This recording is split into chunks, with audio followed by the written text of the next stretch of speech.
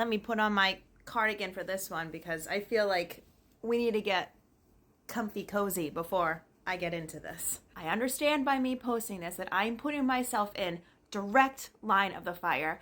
However, at this point, there is nothing else I can do than not only speak out, but also tell people what's going on behind the scenes, because there's a reason why people like Michael Morrissey have been able to be in power for so long and have no one check them. People are afraid to speak out, especially when it comes to now learning all the fuckery going on behind the scenes with Karen Read's case. And even though I am in very close proximity to a lot of these people, I'm in the county if you didn't remember. I've already been followed. I've had my home staked out. I've had random phone calls. Like, at this point, give it all that you got, because there's no amount of people that can drive by my house, that can follow me home from work, that can say the most random shit and doxing things on my accounts that's ever going to scare me away. This isn't the first time that I've had people come at me online, and it's certainly not going to be the last, and frankly, I don't give a fuck. The fact that a family member of Norfolk County District Attorney Michael Morrissey, one of his family members, came onto one of my videos that specifically called out the misinformation campaign that's coming out of his team. Someone from his family came onto my account to try to say that I am wrong. Hit dog's gonna holler. So here we go. Let's talk about it. Imagine this. An innocent woman's life is on the line, and the people in power aren't just ignoring the truth, they're actively burying it. This is the reality of Karen Read caught in the crosshairs of the Norfolk County District Attorney's misinformation campaign. And now, with proof, the district attorney's family is using fake accounts to silence critics and push their narrative. This isn't just wrong, it's a threat to everything justice is supposed to stand for. TMZ and other outlets, specifically a lot of the local outlets here in Massachusetts, all the news reporters, are spreading the story that the federal investigation into John O'Keefe's death is over. But here's the truth.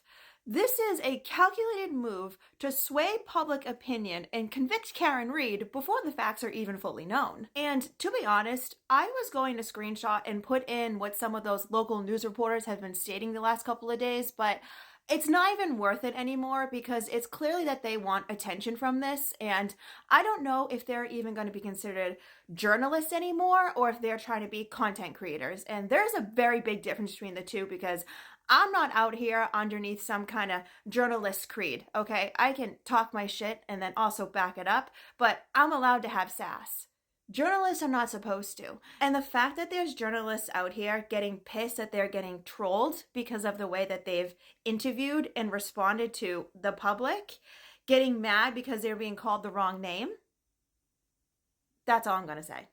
That's all I'm going to say. Last week, I posted an in-depth video that stated the misinformation campaign, mainstream media caught spreading incorrect knowledge on John O'Keefe's federal investigation, yada yada. In there, I started speaking about the Norfolk County District Attorney Michael Morrissey, as well as Canton Police Chief Helena Rafferty, and how all of the typical PR media campaigns that we normally see when it comes to like celebrities is exactly what the county is following right now. And in that video from a user by the name of Key West 2325, they stated, by the way, the feds close the investigation, no corruption, but keep it up, you're wrong. Oh, I'm gonna keep it up all right. So I went to the account and noticed that it's public, which means I could view the following and followers of this account. Just upon looking of the followers, nothing as in names stand out to me, other than that they follow my mutual friend, Hi Hawk. Hi Hawk, sorry to drag you into this. And then I looked at the followers.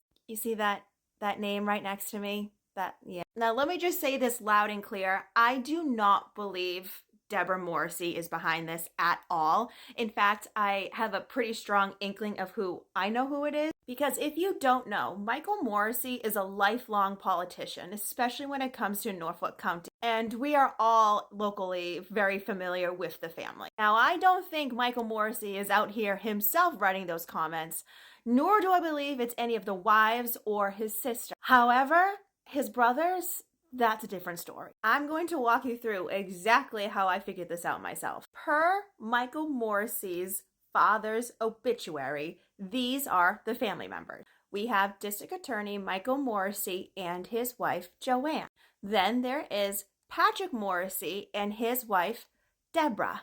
There's the Deborah. Then there is Kathleen Morrissey Reardon with her husband, Paul. And finally, Stephen Morrissey and his wife, Joanne. At first glance, just seeing the name Deborah, I was like, okay, well, obviously it's Patrick then. And then I noticed this. You see, when you make an account originally with your name, usually either your phone, the account, whatever social media platform you're on will usually give you an avatar or a profile picture with the initials that you wrote for your username. So it's obvious that this person's account wasn't originally under the name Key West. It was under a name that begins with the initial S. Stephen Morrissey, which then prompted me to go to Facebook and look at Stephen Morrissey's Facebook. Now, some people would stop at the profile picture and go, oh, yep, that's it. No. I took it a step further. I went back to who this Key West person was following on TikTok, compared it to their Facebook friends, and found some matches. I then went to their followers list and also found some matches. Here lies the question. Did Stephen Morrissey do this on his own accord, or was he told by his brother or his family members to troll random content creators? Think about this for a second. If the DA's office is so confident in their case, why are they resorting to misinformation and fake accounts? Why would a district attorney tell his family members to go to random fucking citizens and say, you're wrong, there's no corruption? What are they trying to hide? And what does this mean for Karen Read, who could potentially be convicted because of a smear campaign? It isn't just about Karen Read or the investigation of John O'Keefe or the federal investigation. It's about the integrity of Norfolk County's justice system. When public officials and their families use the power to manipulate the truth, it puts everyone at risk. Karen Read, at minimum, deserves a fair trial, not a public lynching fueled by lies. And Mike, if you had nothing to do with this, you might want to reel in your family members. Although, given how you've been speaking behind the scenes lately, it kind of seems like you would actually endorse behavior like that. Can't wait to the next election.